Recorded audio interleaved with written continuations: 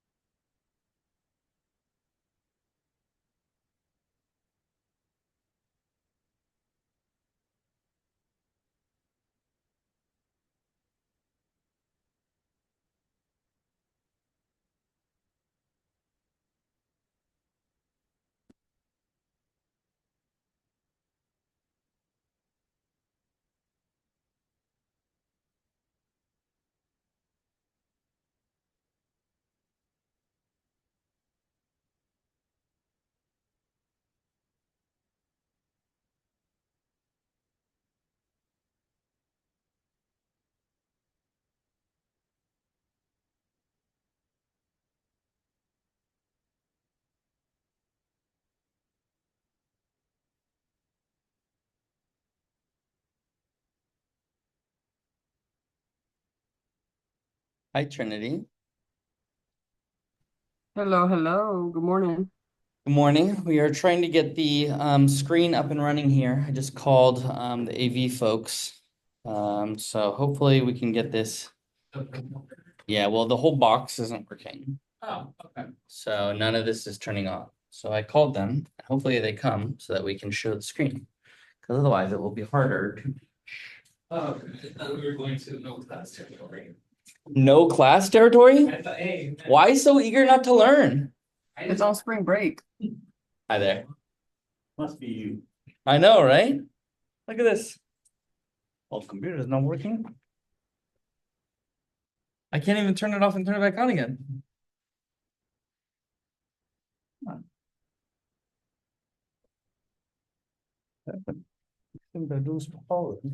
How about the monitor?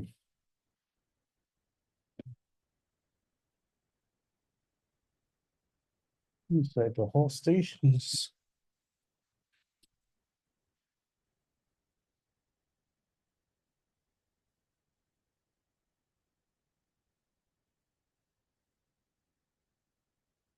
In the meantime, how's everyone doing? Yeah? How are your stocks doing? Never had any, so. Never had any, so good. You're down at 0%. Or I guess you could say I sold before everything started. Yeah, got out before crater. Oh, you must be hurt. You have 401k, right? Yeah, but that doesn't even affect me. I'm not close to retirement. People who are close to retirement are the ones who are about to be hurt. So if you have parents, right, all of their life savings just took 12% cut. Some people as much as 20%, right? And they're gonna say it's gonna be like another, well, they say that happens every 10 years, you know? No. Like a dip. I mean, just because it has happened every 10 years doesn't mean it needs to happen every 10 years, right? So what you're about to have is called a recession. Right? And so interestingly enough, the three things that happen during a recession is more people go to school. The job. It's inside the whole thing. Yeah, that's what it looks like. Well, that's what happened when COVID started. I was, I went back to community college. Right. Yeah. So how alive were you in the financial crisis? How 2008. 2008. I wasn't even, I was in middle school, but I was So not really aware of it, right? Yeah. Yeah, not really aware of it either. Okay. So you had a little mini recession during COVID. That was a little weird, right? Because everyone was kind of indoors and we weren't going out and we weren't spending money. This one is going to be markedly different if it continues in the way that people expect it to. Because the price of everything is gonna go up. But everyone's ability to get a job is gonna go down. So the stock market is cratering right now. It's gone down about 12% in the last 5 days. That's never good, right? And the idea is that, well, maybe this will help in the short term, or this will hurt in the short term, but it'll help in the long term. But that's a nonsensical issue. So economists who've looked at this issue, they're trying to address something called offshoring, where people make things in other places. They want to bring them back here so that we have American jobs. But first of all, America cannot produce a lot of things, right? So, sorry, you just can't make coffee in the United States to the amount of coffee that we drink. We have to import it. So because the world markets are very integrated, this is going to be a global recession. And if that happens, everyone's 401ks take a big turn down. For you, the most important thing is that the unemployment rate is going to skyrocket. Or it's like 12, 15%. So if you're thinking about how hard is it to get a job now, it's gonna be even harder. So you're thinking to yourself, nah, I don't really want to go to grad school. I want to jump right into the industry. Industry may not be there. So you should really, really hard look at yourself and say, do I want to get a master's? Right? Yeah, grad school would give you like a steady 30 a year, right? Yeah, 30 to 50 actually. So the nice thing about it too is that it's a sense of stability. You get into grad school, you usually have a contract for 1 year at a time, but it can be, you can have something in paper that says something as long as 4 or 5 years. And that will really allow you to get your feet under yourself, because in grad school, yes, you take a little bit of classes at the beginning, but for the most part, you're doing research, right?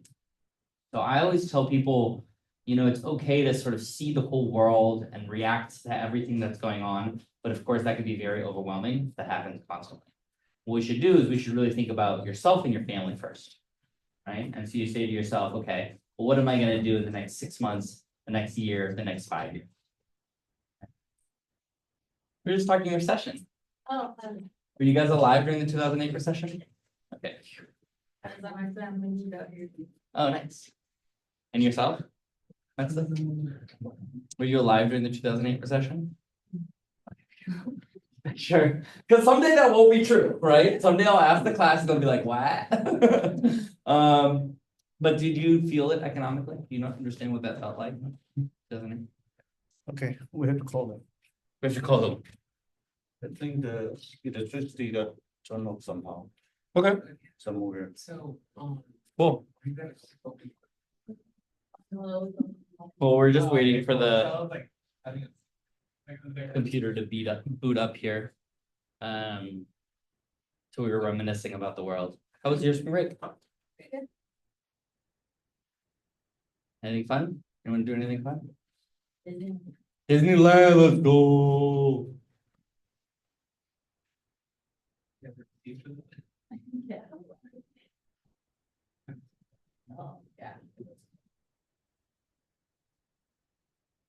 Anything else? Didn't do any work. Classic. You're done this year, right? This semester? Yeah, I know that feeling. You're like, buddy, I'm out. That's good. That's good. I mean, I did very little work. I did work because you can't ever not work. That's life. Yeah, we were talking about a recession, which is probably coming, according to all economic indicators. And I was advising them to consider grad school. Are they coming over? Thank you. What will happen during every recession, it's the same thing that happens during every recession, is the unemployment rate goes up and people go to college. Because it's an easy way to avoid getting a job or needing to get a job. Grad school is nice because they pay you to work. Do not go to a grad school where you have to take out loans. You're a physicist, not a doctor, right? So you should be paid somewhere between $30,000 to $50,000 a year. It's a pretty good job. It's better than McDonald's in some cases. And then you get to do fun things like research, teach. Is that for whether you do master's or PhD? You do master's or PhD, yeah. Yeah, so if you do your master's, you should, most master's programs have a stipend, right? Because they want to be competitive. If you're in a bridge program, that might not be true. I don't know exactly how those bridge programs work because they try and like get you into grad school, and grad school is where you're making it, but. You shouldn't be paying, $20,000 a year in order to go to grad school. And the reason I say that is just because, you want to think now about the next 2 to 3 years. Recessions are long. So.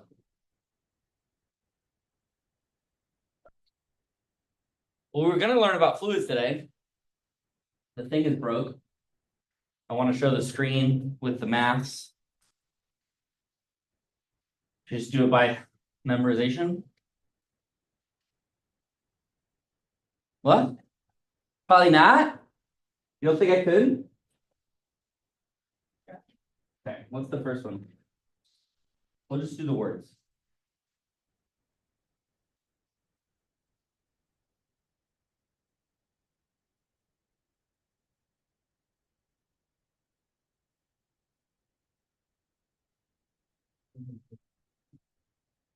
That's the conservation of momentum. Okay, we're going in order. Yeah. Okay. Conservation of mass. There you go. Good. Conservation of mass is the first one.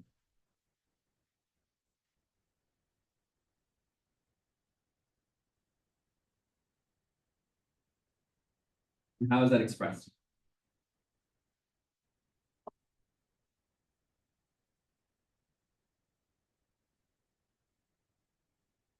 That's the super short one. Mm-hmm. Partial derivative of. I think it's the UI. Okay, so before the math, Okay. just the words. Okay.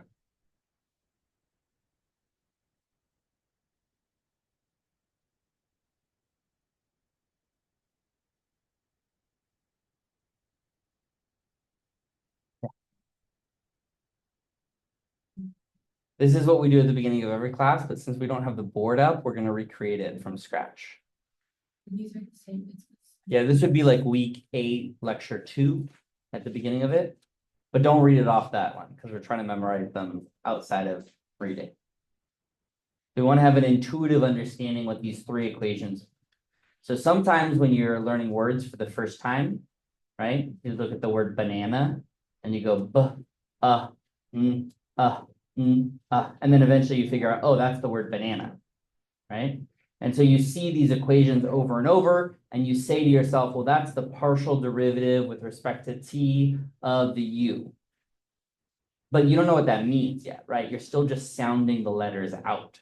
So we want to get to the point where you see those shapes in that order, and your brain just goes, boom, that's the steady term, right? Boom, that's the diffusive term.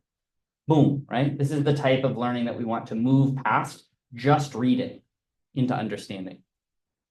So in order to do that, we want to think about these 3 equations and what they mean in words, and then we'll backfill them with math.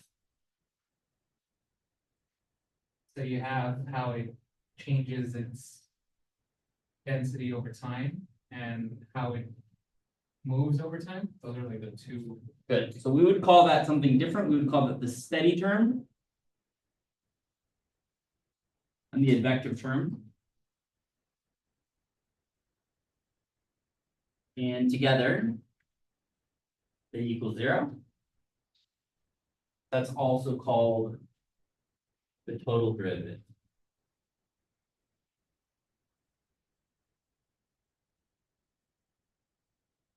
That's the d dt of the property called rho. Steady is del t of the property called rho plus. Remember what this was? It's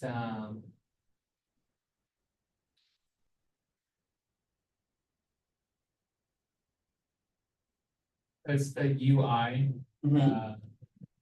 Then it's the partial over xi.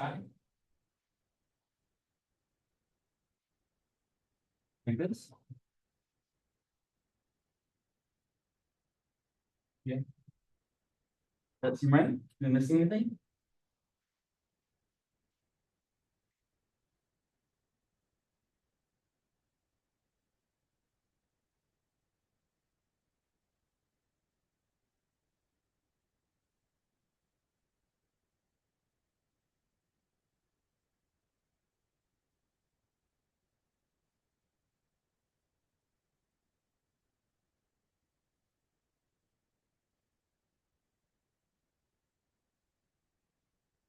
Are I missing anything? Yeah. Yes, what am I missing? For getting the row Yeah, where is it? in front of the U. In front of you, right? And we would know that just from the units. Right? So what units does this have?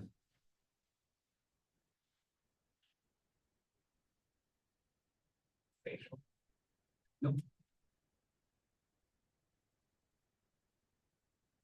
U has units.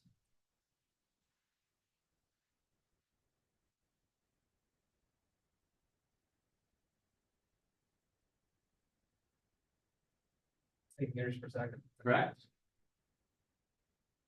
And X has units. and meters. Good. So U divided by X has units. Just seconds. Nope. 1/s. 1/2, correct. Okay. So this first term has units. Just seconds. Nope.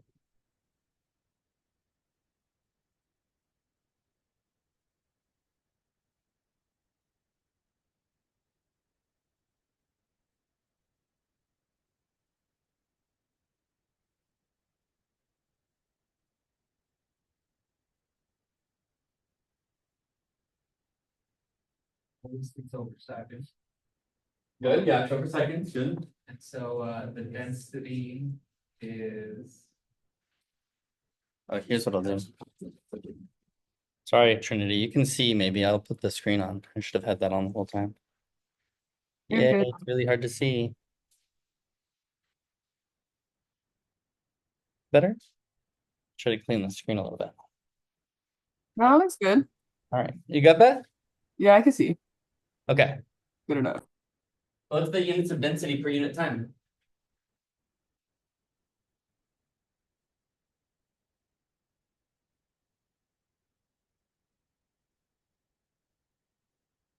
The units of density. What's that? Mass. Volume. Right? So mass would be like kilograms per meter cubed per second. Right?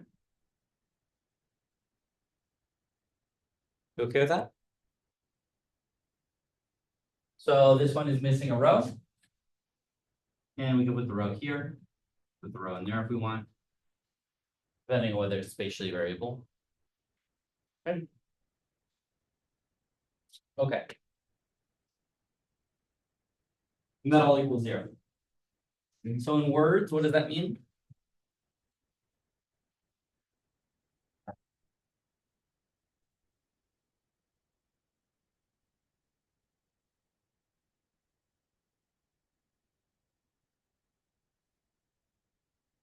In words, what does this mean?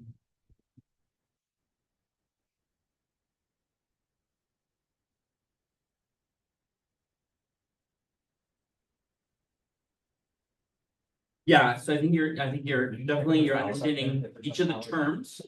But how do you explain this to your friend, your cousin? What does it mean like intuitively, as opposed to what does the minute say?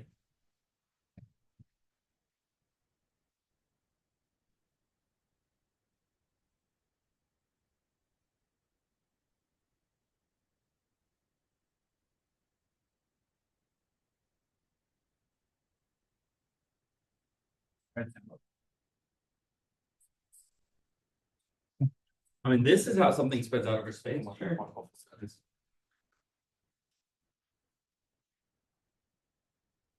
how it splits out over space and how it moves out as well. That's not even the density part. Sure. I mean, that's the density on both cases, right? Yeah.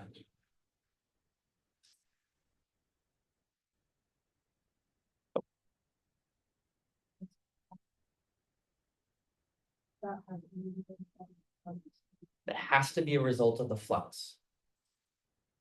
There is no way to generate mass. There are no sources on the right-hand side here, right? In order to change the time variation of density, you have to do it through flux.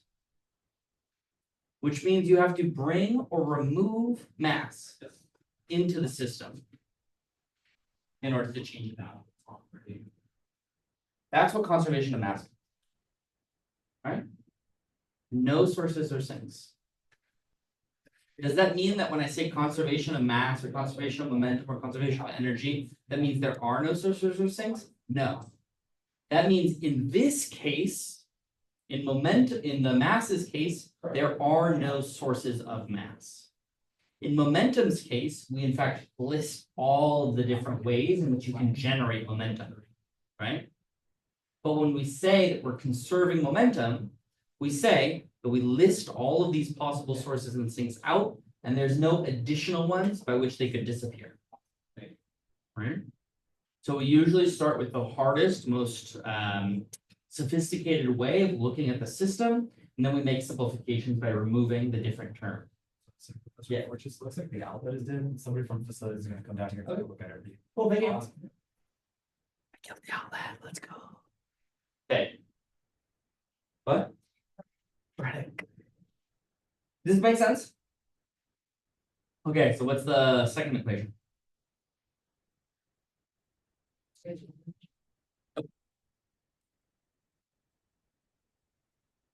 What? Right, which is the conservation of momentum.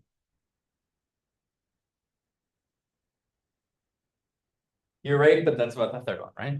Okay, so what does that say?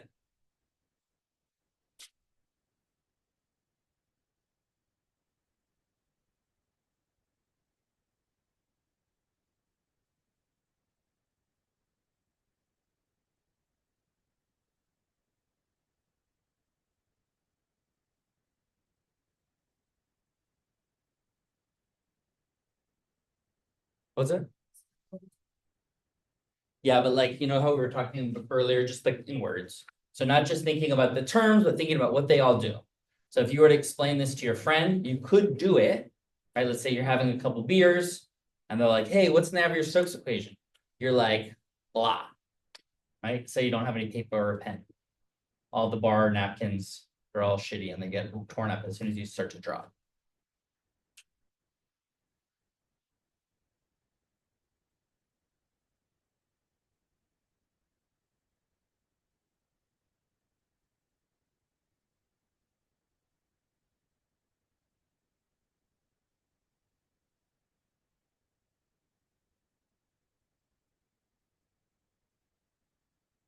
What do we say?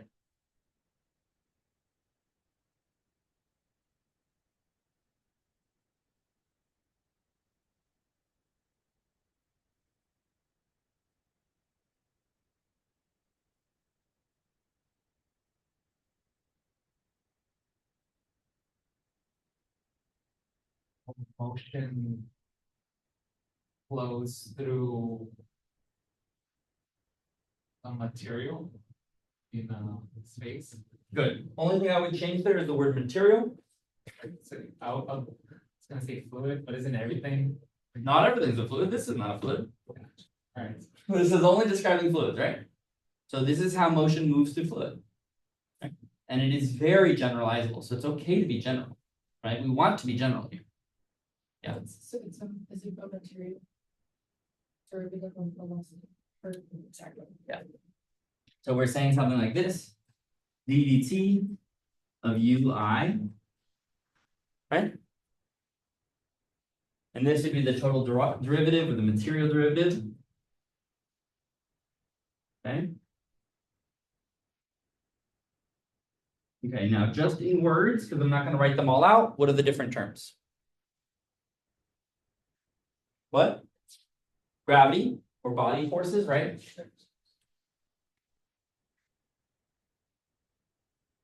And it's really important here that we say the word forces, because this is distinguishing it from later on when we talk about energy, the work done by gravity, right? Right now we're talking about the forces done by gravity. Okay, what else? forces of the pressure. Pressure force, good.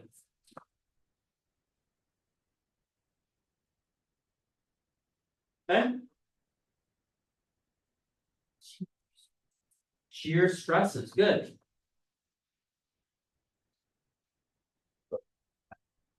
What else?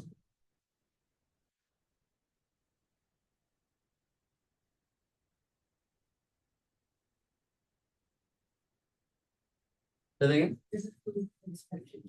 Right, right, expansion, rarefaction, so let's call it compressibility.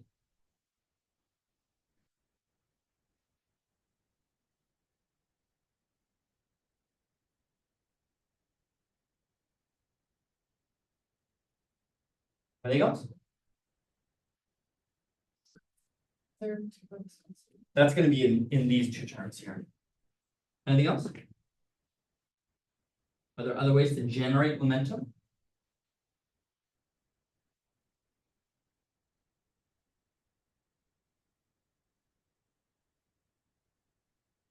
Anything with heat. Does heat generate momentum? No, right?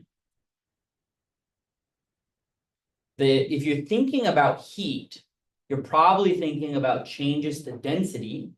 And those changes to density create momentum because they create a difference in what? Temperature and therefore in pressure. Right? So what we're really doing here when we're making these statements, mathematical statements, we are making really broad mathematical statements, right? These are only things that can generate momentum in fluid. That's it. Okay? And then it's just a matter of, okay, now I have to count up all the contribution from this, all the contribution from this, all the contribution, so on and so forth. Right? Okay, Third one, and then we'll continue with our normally scheduled programming. conservation of energy.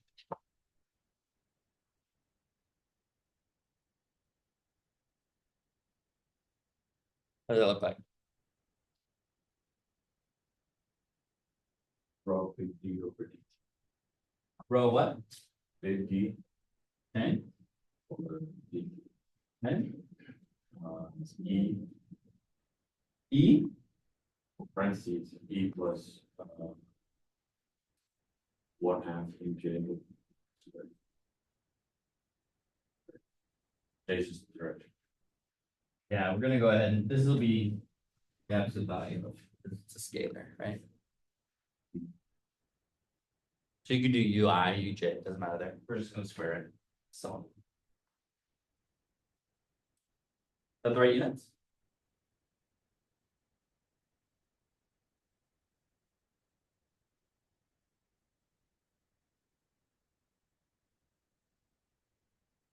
You said row, to go out here? Yeah.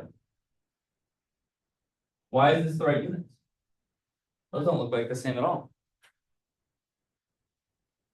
Yeah, this is like a kinetic energy, good, but is this? Let's say internal energy, right? And remember that the internal energy is not the whole energy of the system.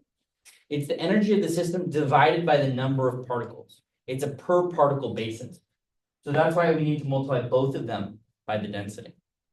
Right? Because if you have more particles, then you have more internal energy contributed.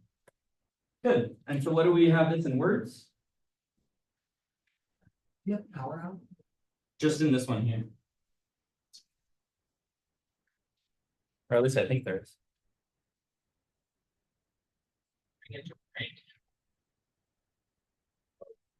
Okay, I get the TikToks, yeah. Sometimes you still have it open, you open it up, oh shit. Okay. So what are the ways that we generate energy? Work, good, okay, that's certainly part of the case. If I were to just think about this in the context of all thermodynamics, you could say like delta E is equal to delta W plus what? Q. Right? That's some early thermodynamic shit, right? This is a little more complicated. So what are some of these different versions here? What? Work done by gravity, good, so let's be careful, right, so not just gravity forces, but work. Done. By. Gravity. That can generate energy. Anything else?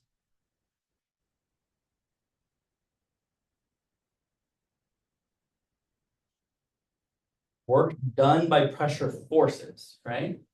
So that's similar to this. I'm gonna say, I should have done this differently. I'm gonna say like that, because I don't want to write it all.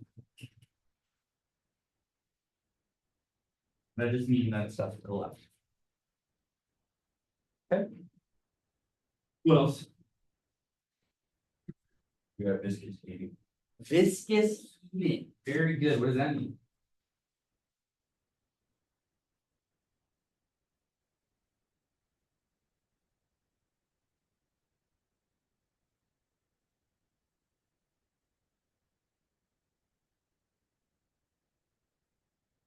You have some terms there, what does it mean? Isn't that like the friction between the fluid? Yeah. Particles? Good. So when you hear viscous heating, you should see this.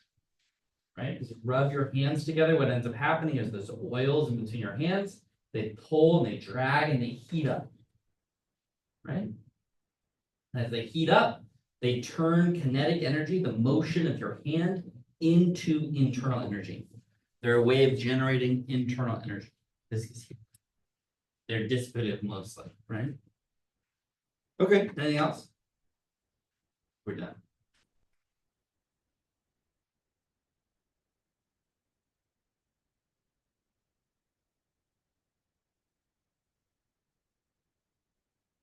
Have work done by like the shear forces in it as well? Work done by shear forces. Yes. Or like compressibility, the T and the hydrogen. Well, those sound like two different things. Are those the same thing? Gotcha, I know they both appear, so I'm gonna go with the shear forces first. Okay, so these, remember that shear stretch and shear forces, they have to do with the momentum, right? Momentums and forces, they are related. Gotcha, so this, I'm not saying anything. oh, gotcha. So we have to just change our language slightly when we're talking about energies. And even when we're generating something like kinetic energy, which we think of as motion, right? We still need to think of them in terms of either works or internal energies or heats, right? The same type of language that we use when we think about thermodynamics. So you're right that you want to connect this thing, right? So you said, okay, there's a way to change the internal energy. And then you're thinking to yourself, well, I can also generate kinetic energy through shear, right? But it wouldn't be shear forces, it would be shear. The gradient. Um, Just changing one word here.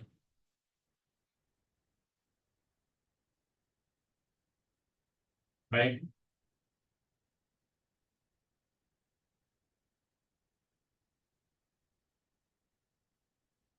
by shear. Yeah, it's the work done by shear forces.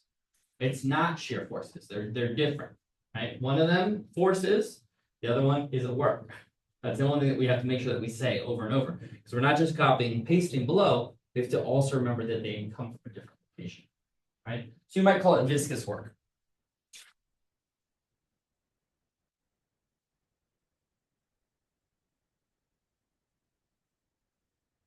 Okay.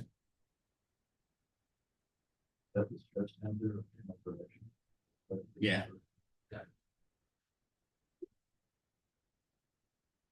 Are we done?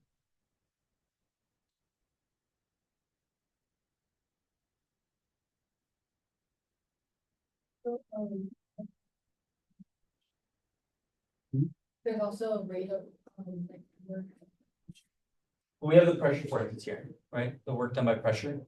I just wrote this because I didn't want to write it twice. I guess I can do less like.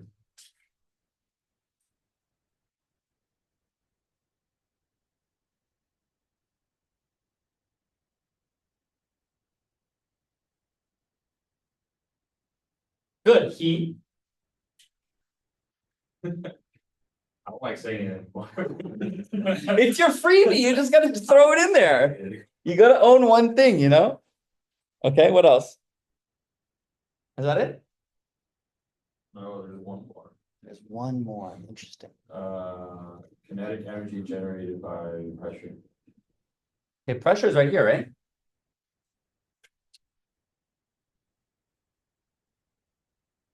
One is like the PDB work and the other is like. There you go. Okay, that's an important use of the words, right? The difference between kinetic energy, the work done by pressure, and PDV work. PDV work goes into changing what properties? The internal energy, right? So you'd say something like PDV work.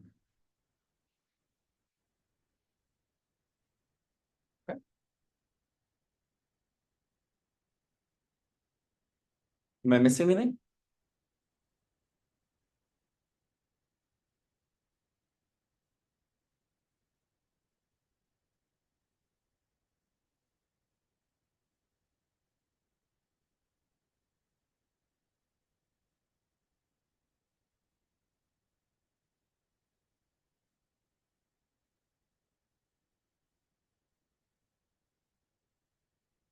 No, I'm not missing anything. That's it. We just explained all the fluids. Right? We need to be able to understand the words here. Right? Understand the concepts here. We're going to continue to make modifications to these so that we can understand them mathematically, how they fit into each other.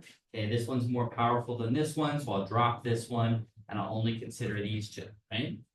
For example, you might say to yourself, okay, I'm going to look at a situation in which the gravity is not that important. So I'm going to drop that term and I'm going to consider the balance of pressure forces to shear stresses. Would that be an example? Well, you might have some pressure force, say some horizontal pressure, high system over here, low system over here, and then some shear stresses like interacting with the surface and seeing how the fluid falls down. Right? The high and the low part of the system. And maybe that's nothing to do with gravity. It's not talking about high and low like this, it's talking about high pressure, low pressure. How is it moving through a pipe? Okay. And that would be the way that we would measure the change of momentum through the pipe. You might say to yourself, well, that's really stupid. I don't care about pipes, I care about planets. So let's drop the shear stresses and let's only look at a balance of the gravitational forces and the pressure forces. Right, where these two are the most important, say on a gravity scale or a planetary scale, right, where you have really, really tall mountain or fluids, maybe like a giant cyclone that's going really tall up. So now you have some balance of gravity, and then the fact that it's compressing at the bottom, it's creating some pressure and forcing geostrophic. Okay. So this is the most complicated version that we see, and what we do for the rest of our time is try to figure out how to solve it by making simplifications. So we have to understand the words, and then we get into understanding each of the terms. Okay, so Daniel and I had special fun time class alone last time, because no one else wanted to come to class. And we worked on something called vorticity. So Daniel now doesn't have to answer a single question for the rest of class. So I'm going to ask you folks what vorticity is.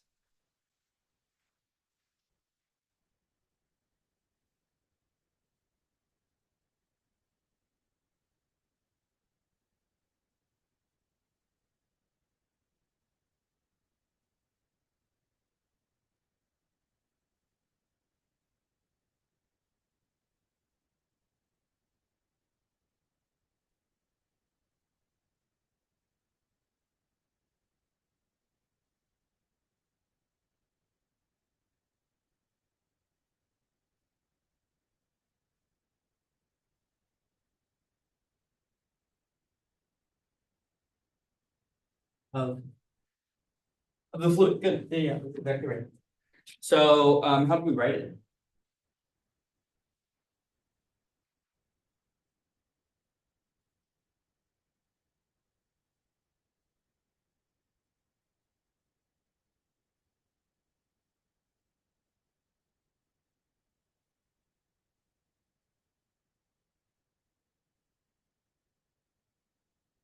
Right? Everyone happy with this? Omega already gives you kind of that like rotational vibe because you've seen it for angular speeds before. We're not going to use that here, of course, because we're talking about the rotational fluid velocity. It's like this. And we had a lot of fun. I think Daniel will certainly attest to how much fun we had going through vector identities. Because if you haven't memorized your vector identities, you're going to hate why we do vorticity. But physicists love to use vector identities in order to make their jobs easier. Okay, so what do I mean by that?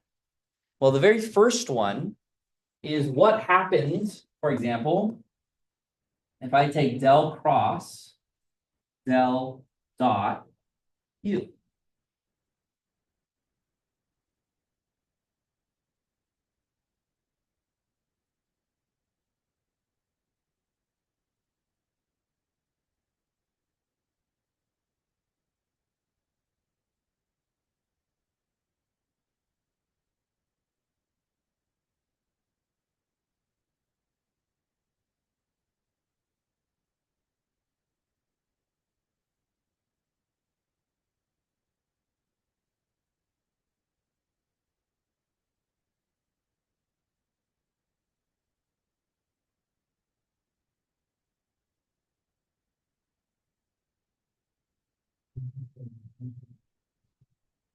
Huh? Yeah, go ahead. Give them the knowledge. They said that's what they think. Struggle, but like, Let them struggle? Okay, all right. I'm glad I don't remember. I don't even remember. Why is it 0?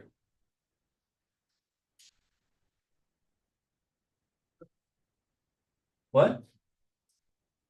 Or like, basically what I'm thinking of it like conceptually, so if you spin something, you can have, if the flow goes with it, that's how it's supposed to be, but if like the things stay. I think you're thinking a little too much about the fluid itself and not much about the vector.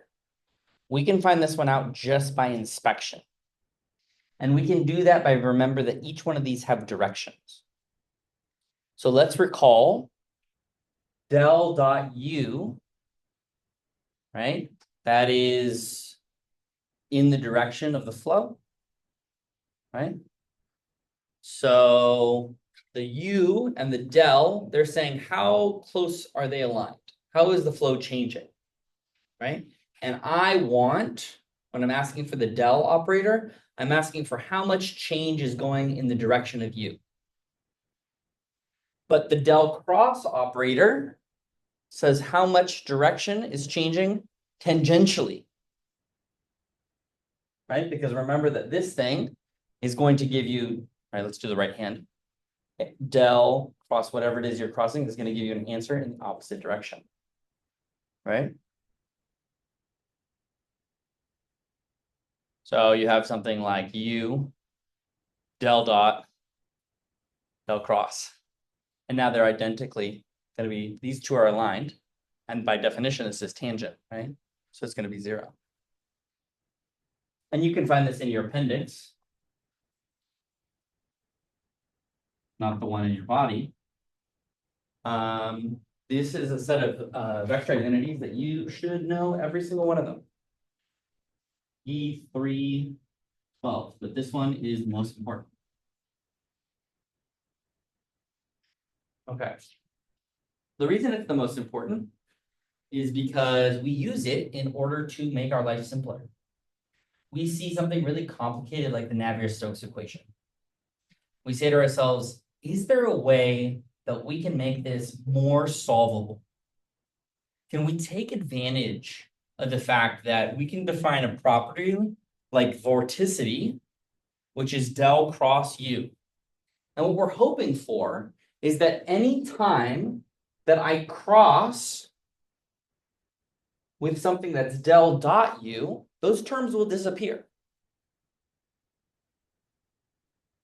Okay, now we didn't write it up on the board, so we don't see it yet, but let me just recap what it looks like. Okay, you have something like the conservation of momentum equation is something like the total derivative. Like that. And there's something like -1 over the density times the gradient of the pressure. Right? And similarly, you have something like the gravity. And you're gonna have something like nu del squared of u. Okay. Oops.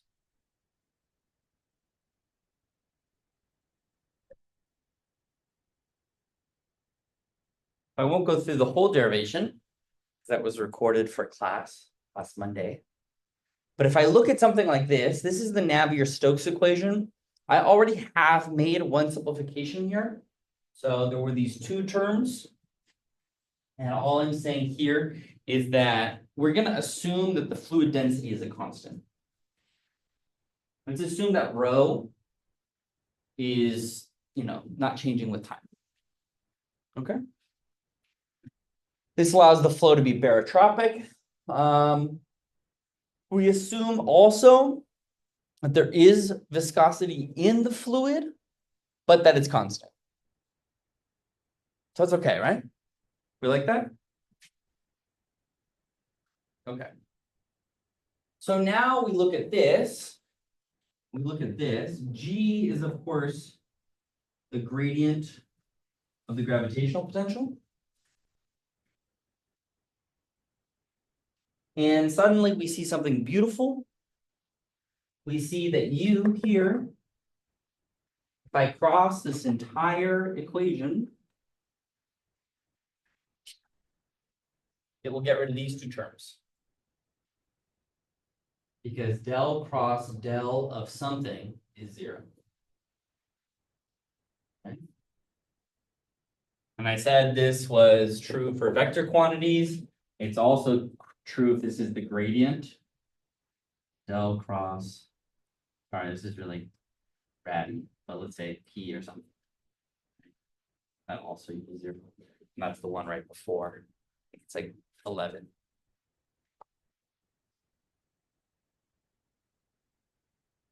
Okay. So that's what physicists use to make their life simpler.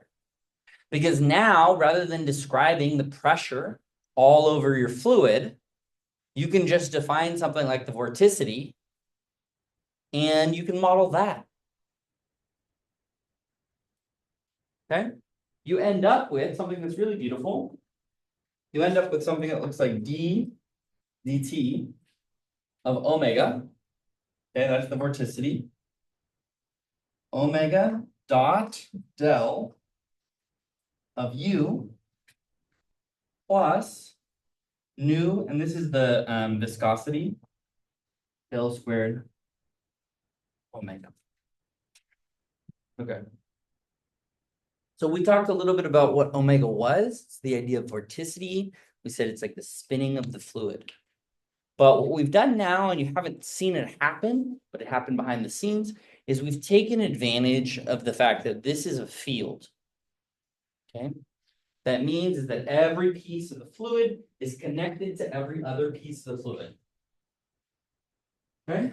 And what's happening is as I make a change over here, it creates a change over here. Right? If I rotate the fluid over here, I can generate fluid motion in other places. In practice, this is happening either through advection, you're bringing fluid from one place to another, or molecularly, you're diffusing it through. But in practice, when you look at the fluid, you know a couple things. One, the viscosity is constant everywhere. Two, the density is constant everywhere. So you can think of like water. This would be a great approximation for water. The viscosity is mostly constant everywhere in water. The density is mostly constant everywhere in water, unless you're going like really deep or you're adding salinity or something. So this is a really good approximation to use, and it simplifies your work enormously. Now you just have to be able to conceptually think of this thing called vorticity. And it turns out that vorticity up here, right, has lines. They're called vortex lines. And they run perpendicular to the velocity. So let's say the stream flow goes like this, right? Moving through some fluid, and that's how the streamlines are moving. At every location where the streamlines are going, there are vortex lines that are moving tangentially. So there's sort of like a network through the fluid. We saw this a little bit earlier when we were talking about Bernoulli's equation. How you have vortex lines and streamlines crossed like this in the fluid. But we can likewise think about something called a vortex tube. And what that means is just like when we think about magnetic fields, we think about whether or not the strength of the magnetic field, right, is related to how many lines are packed in close to one another. If you have a bunch of vortex lines packed in, then the flow is rotating rapidly, right? Very, very spinny. Whereas if they're all kind of far away, then maybe you don't have a lot of rotation. Okay? So now we can begin to think of these vortex tubes and vortex lines as real things in the flow. And what this describes is how they work. Okay? This says, how do vortex lines or vorticity itself, how does it change in the fluid? And it can only change in two ways. This one is the most intuitive. Okay? Nu del squared of omega. Del squared is the diffusion operator. This means that if you started with a lot of vorticity in one space, okay, and you didn't even have that much flow, maybe there's not like shearing or anything else going on, everything seems to be going really well, you have this nice vortex tube, but it's all compressed. Everyone else, there's not that much vorticity. Because of the viscosity, they will diffuse the vorticity into the rest. Okay. So that vortex tube will start to grow, start to grow, start to grow until you come to a steady state. Does that make sense? Is this operator familiar to people? The del squared operator? The del squared operator we've seen, for example, the Laplacian, when you're looking at the distribution of charges, say inside of a box, and you put a positive charge here and a negative charge here, and then you say, okay, I want to know what the electric field looks like between them. And you'll find that there's a smooth potential because the Laplacian operator acts to smooth things out. It hates jumps, it hates discontinuities, right? It's looking for a smoothing operation. And when you apply this in practice in computational, you'll see that it starts off maybe something is really peaked in your fluid, or let's say you jam stuff up as an initial condition, it'll start to dissipate. And I'm hoping, because you've all done the homework that has the code in it, you have the advection diffusion equation, that this is not that surprising to you. Because even though we say del squared is a diffusive operator, sometimes del is as well. Not all the time, sometimes that's a gradient of pressure, and not diffusing pressure, right? It's forcing pressure. So it depends on what the thing is that you're taking the gradient.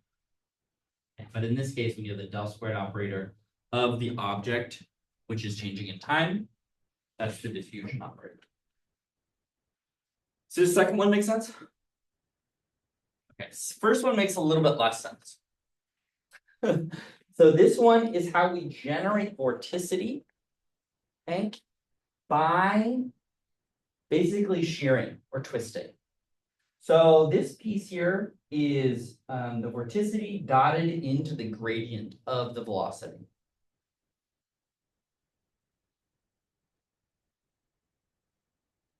Does that make sense?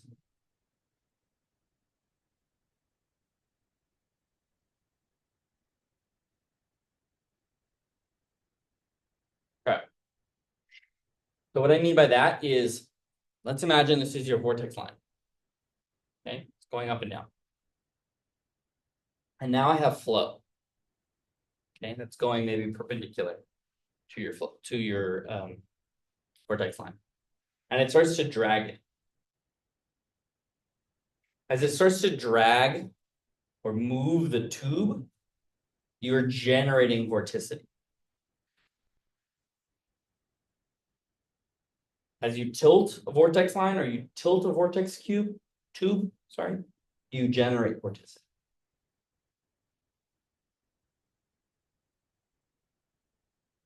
Right, this thing is rotating. This is rotating, and now I turn it. Now it's even moving even more. It's rotating even more because I'm adding some velocity to it. If I'm going in the same direction, right? In the same direction as the vortex tube, and I'm adding more flow in that direction along the tube, that's not helping me generate more vorticity. Right? That might bring the vorticity from one place to another. Maybe there's a little patchwork of spinning, and I just like take it along its trajectory. Okay, cool, whatever. But if I'm spinning like this, and I introduce flow more on one side than the other, and I tilt the thing over, right? Then I'm going to stretch it. I'm going to rotate. I'm going to spin it faster at one end than the other. Remember that the shape itself tells you about the strength, right? So as I tilt it and I turn it and I flex it, I'm changing the vorticity. And that's what this is saying.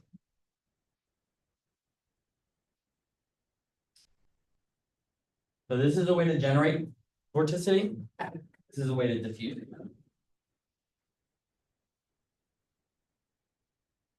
Okay. And that's all you need to simulate water in a box. Okay. So in fact, that's what I asked you to do. I believe I asked you to do it. Let's see, where is it? It's not in here. Yeah, let's see, it's the next one. Okay, the next one is. Yes, good.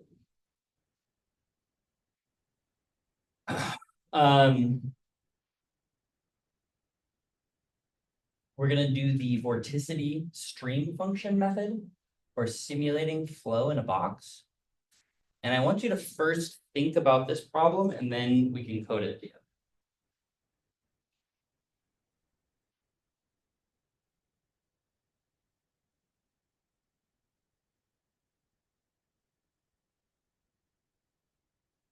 These walls are at 0. There's fluid in the box. What's in the box?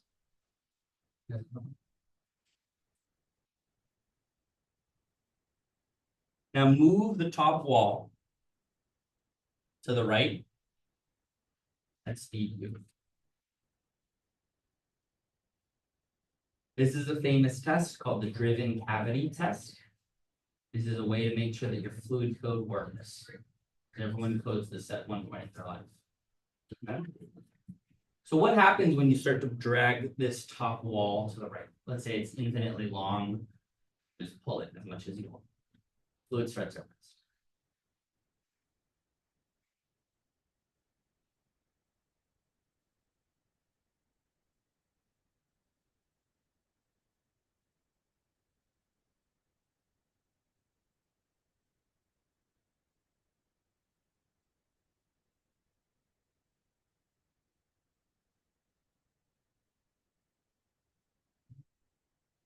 Can I tell you the answer? Oh, okay, gotcha. It's a famous problem. Um, I want you to intuitively think about it. Sketch something out. Draw something on your paper. Which way do you think the flow is going to go? Remember that this flow is viscous. So it needs to go to 0 at the boundaries of whatever it's touching. Right? Talked about that previously. And we can shear it. We want the density to be constant. Do we want to use what we just talked about?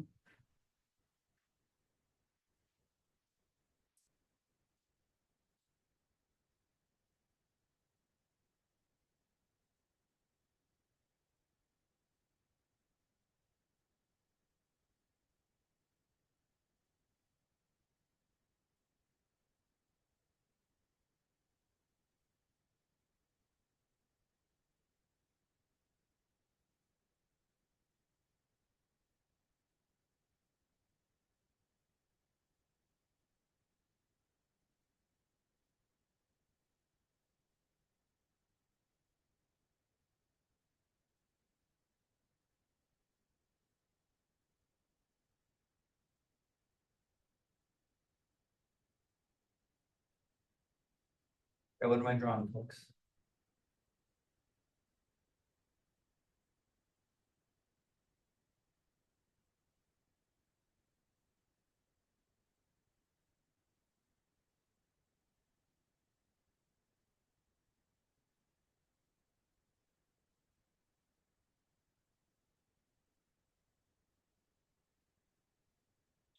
There's a fluid inside this box. Mhm. And I have. I'm sliding something on the top of this box. Mhm. I want to say, like, the higher you are, there's longer line going this way, and as you decrease in height, it gets shorter. Good. So what happens to that long line when it gets to the edge? Is the box Just closed? Yeah, it has to be, right? Closed. Go down. Okay, so it has to turn. Right? So it runs into the wall. Yeah, And so now it goes down. I would say. How far? That? That? No, I would say it goes all the way down. Goes all the way down. Like this? Yeah, And then it runs into another wall? I would say it spirals. So you think it goes like this?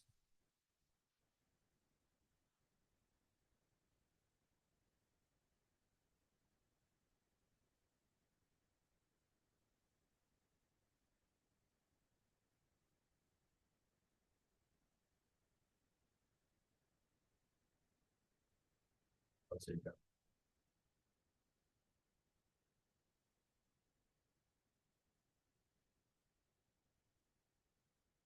Right or wrong? What do you like?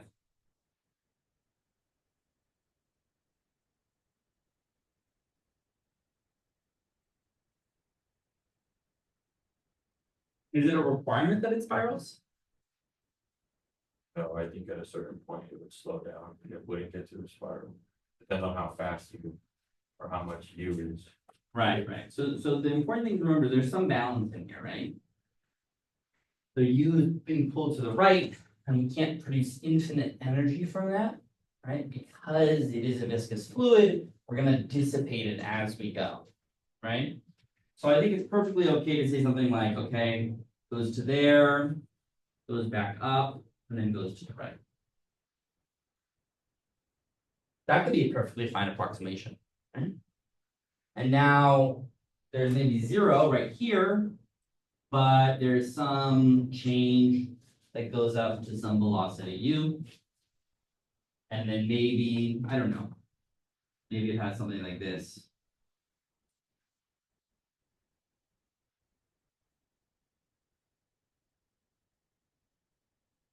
Right? So the whole fluid starts moving.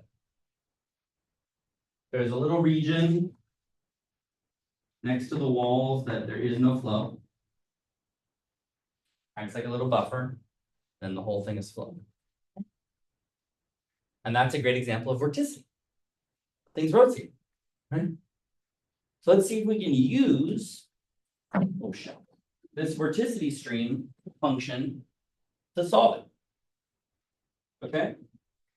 So the first thing that we could do is we could say, how do we define this thing d omega dt? Okay.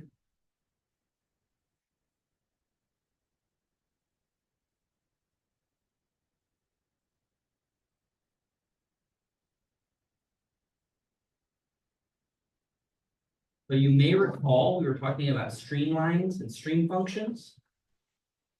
You remember those? Okay. So we can actually take advantage of the way that this is written here. Okay.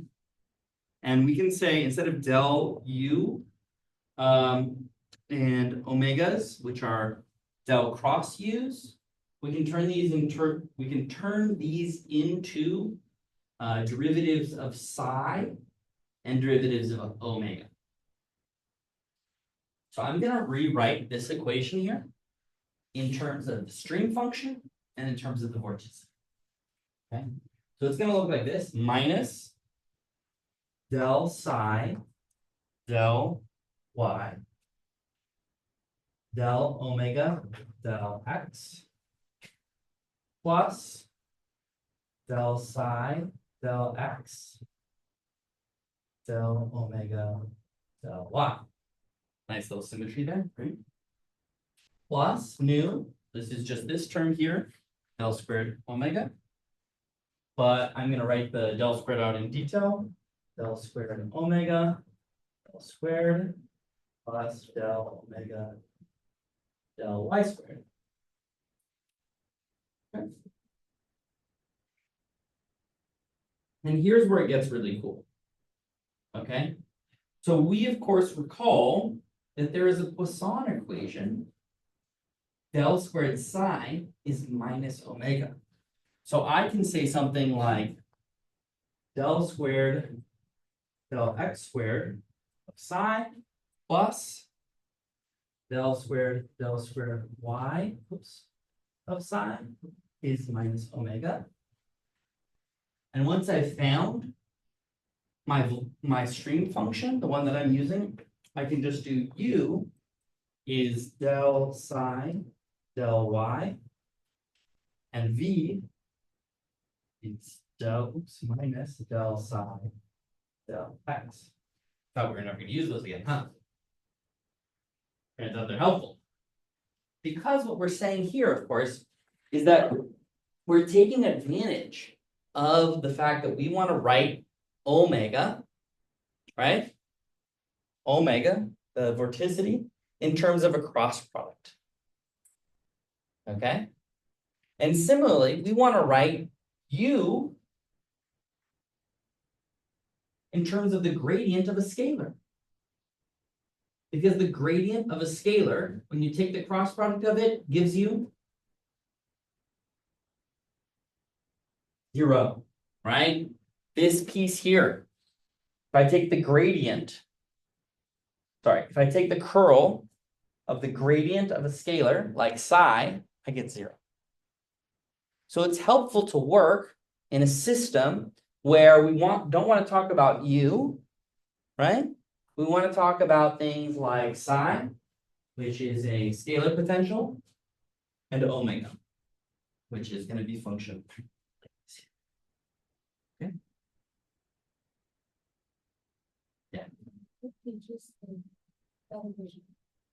Which one? This one?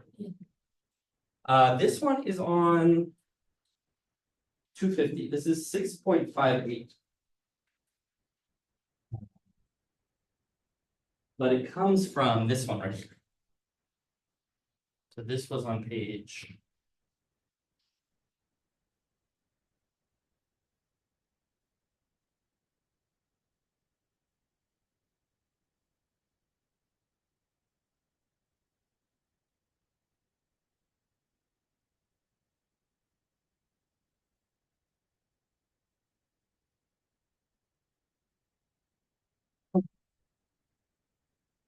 So in practice, how do you go about solving this?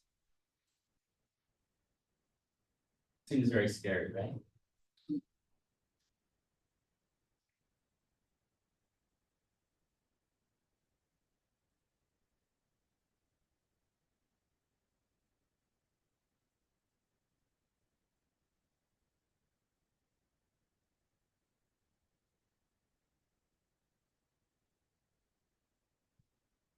Would we get the, what do we call that, fancy Y?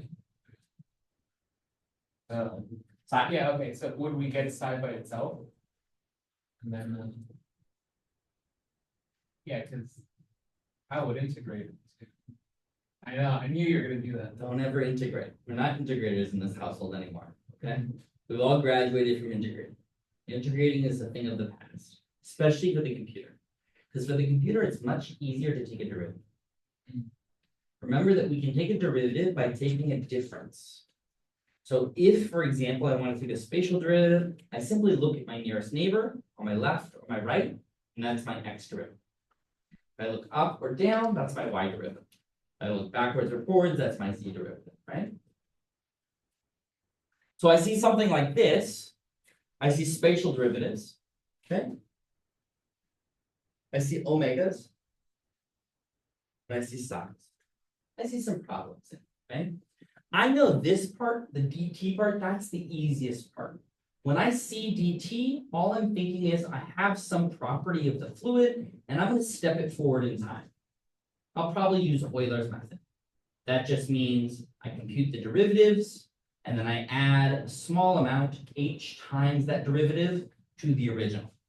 Recall that Euler's method is essentially, right? Euler's method is x equals, or sorry, x naught plus v times t. That is Euler's method. So f at some later time is f at the original time plus h times df t. H df dt. Right? That's the definition of this. You can do better ones. You can do RK4, you can do RK2. Right now, let's start with Euler's. That's this. So this piece, got it. Now it's the shit on the right-hand side that's scary and gross looking, right?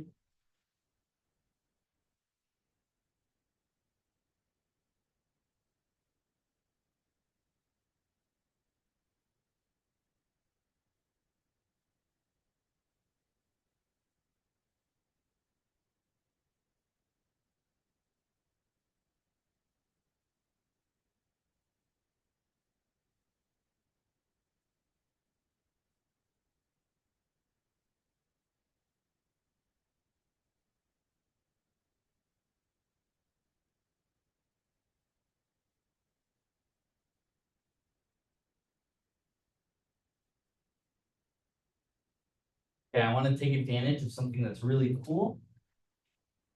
And that's this. Okay. So there's a deep relationship between the vorticity and the stream function. And they're related just by the Poisson equation. That's the del squared, right? This isn't too neat, of course, for the 3D third dimension. Okay. So what I'm going to do here is I'm going to start off with my fluid in a box. Okay. And the first thing I'm going to do is I'm going to calculate the vorticity everywhere. Okay. So let's say I have the vorticity everywhere. Omega.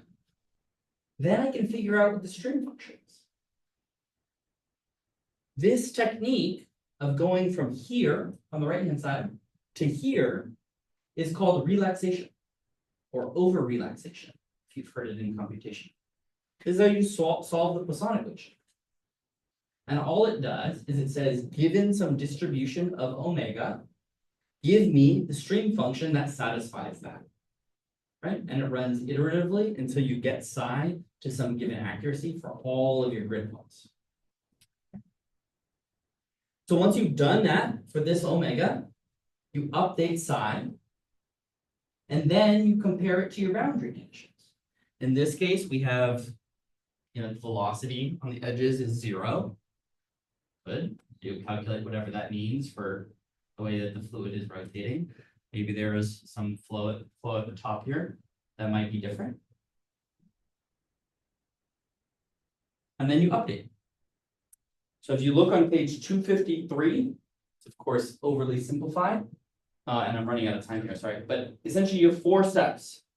You calculate all the interior points for omega. Then you solve psi using the Poisson equation. That's actually 1 step.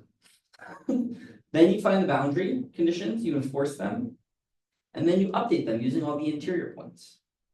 And you move time forward. And you just keep updating like that. And you can create a flow from essentially taking advantage of this piece and this piece, and this piece and this piece, and this piece and this piece, and this piece and this piece. And then later on, let's say you want to turn it into something meaningful. Okay, at any point you can stop the simulation and you can ask the computer to give you this at all places in the flow. Right? Because you may have maybe not such a good intuition for the stream function, but you'll certainly know what UV looks like. Because if you get a box like this And the flow's all, large in U and 0 in Y at the top. And over here, it's 0 in U and negative in V. Then you'd be like, oh, this is doing what I thought it would do.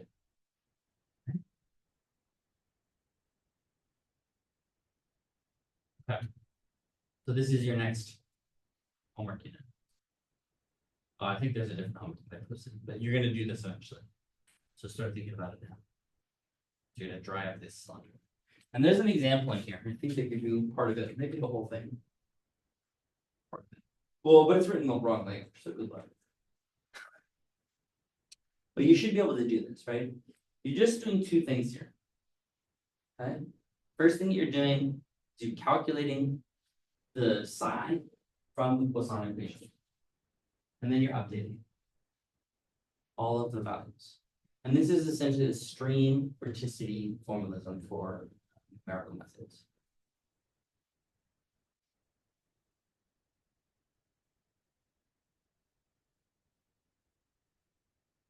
Sorry that the computer was all fucked up. Not my fault, but whatever.